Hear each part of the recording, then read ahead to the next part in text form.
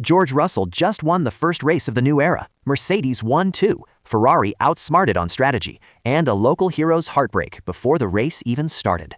Here's what happened in F1 in the last 24 hours. The 2026 era is officially here, and George Russell owns it. The Mercedes driver led a dominant 1-2 finish at Albert Park, crossing the line nearly 3 seconds clear of teammate Kimi Antonelli. But it wasn't easy. Charles Leclerc made a brilliant start from P4, diving past Russell into Turn 1, and the two swapped the lead 7 times in the opening 9 laps. The decisive moment came on lap 11. Ishaq Hajar's Red Bull pulled off with smoke, triggering a virtual safety car.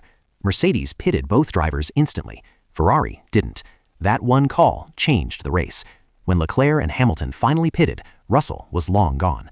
Ferrari's Fred Vasseur will have some explaining to do tonight. Leclerc compared the new overtaking experience to a mushroom boost in Mario Kart.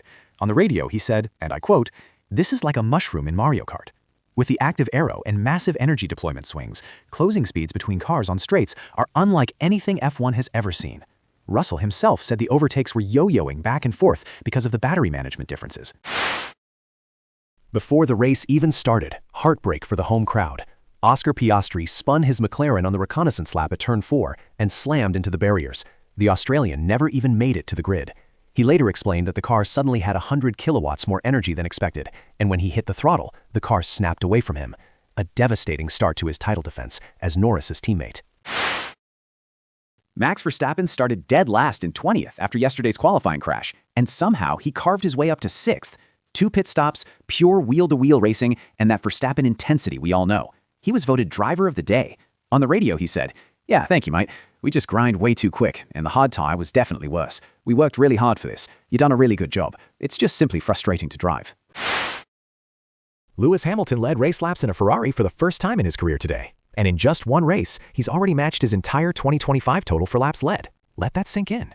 The 7-time champion finished 4th, just half a second behind Leclerc, but wasn't happy about Ferrari's strategy. On the radio during the VSC, Hamilton said, "At least one of us should have come in." He's right, and Ferrari knows it.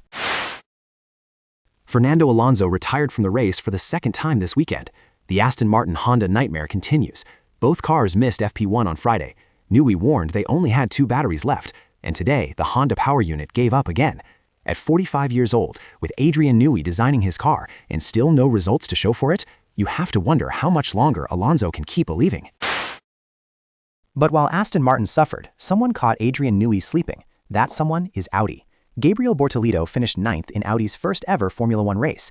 The team's own social media couldn't believe it, posting, "Is this real? Unbelievable result for our first race ever. Obrigado, Gabi." Remember, this is a brand new team that barely completed testing.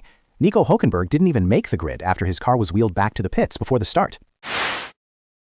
18-year-old Arvid Lindblad became the 3rd youngest point scorer in Formula One history. The Racing Bulls rookie finished 8th on his Grand Prix debut, battling wheel-to-wheel with Oliver Behrman's Haas in the closing laps. Both rookies showed they belong at this level.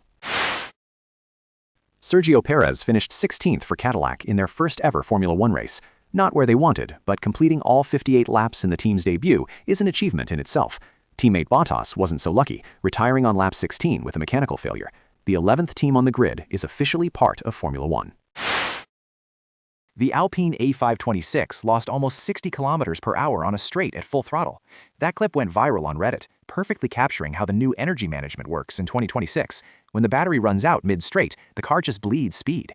It's a problem every team is dealing with, but Alpine got caught on camera looking the worst.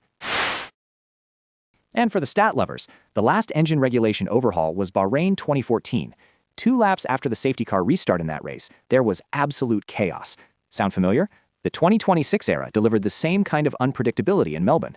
New rules, new cars, same drama. Russell T-posed on the podium. Hamilton remembers who he is, and the 2026 grid photo is officially in the books with all 22 drivers and 11 teams. The new era has arrived, and it's already chaos. That's your race day recap. Like, subscribe, and drop your thoughts in the comments. Was Ferrari's strategy a disaster? Can Verstappen fight for the title from here? Let us know. See you tomorrow.